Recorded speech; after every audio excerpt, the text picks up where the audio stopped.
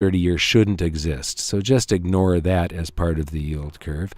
And then we go into the real estate bubble, and the stock market starts doing well, and we've got a positive curve, and it goes up and up and up, but then it starts flattening. For some reason, in 2006 and 2007, bond investors loaning their currency to the U.S. government for the short term got really nervous.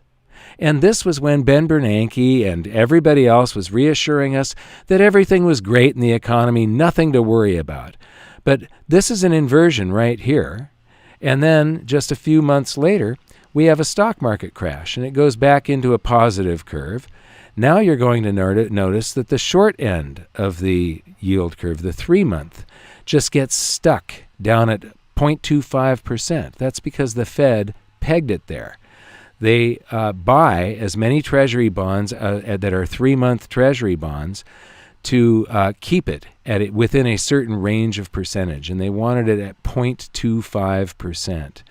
And then we've got a nice positive yield curve, but the bottom end again is being manipulated by the Fed, and then the Fed wants to raise interest rates. They stop their QE programs, and now they're trying to normalize their balance sheet, and they start lifting the interest rates.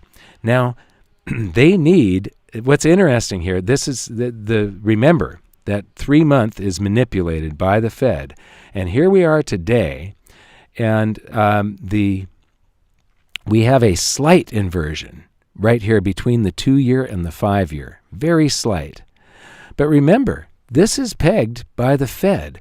If this was free market, and nobody else is talking about this, if this was free market like it used to be, and it was bond investors that were doing this, you would probably see the 3-month yield curve somewhere up here, and we would actually have an inversion of the 3, the 2, and the 5.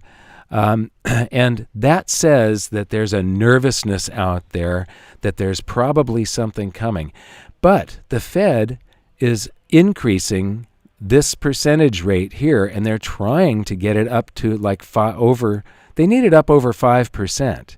Because when the next recession happens, they need to be able to lower rates by about 5%. That's what they did last time. The rates were up at 5.5%. They took them down to 0.25% during the crisis of 2008. When this happened, they took rates from up around 4.5%, and they took them down to 0.25% to get us out of that recession. Well, they have no headroom this time. They're only up at 2.33% right now.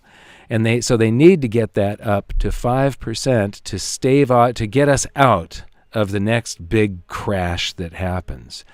But by doing this, by trying to raise it, they're actually going to invert the yield curve. This is what's interesting.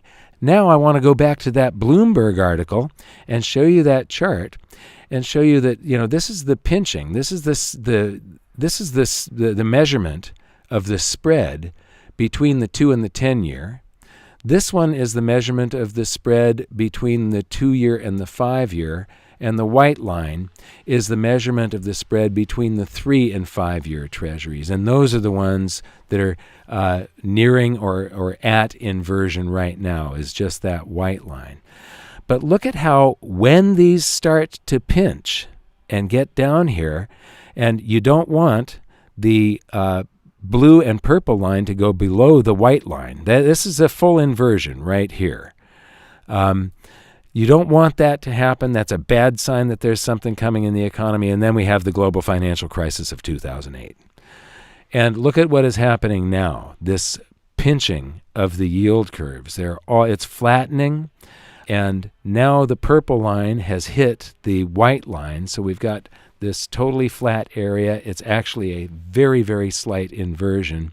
And this is a danger signal that there's probably something coming that's very bad in the economy within the next couple of years. It's just one more example of the warning signs that have been happening since the beginning of this century. We've been able to follow these things, but with the Fed manipulating the 3-month, that also drags down the 2-year and the 3-year by just a little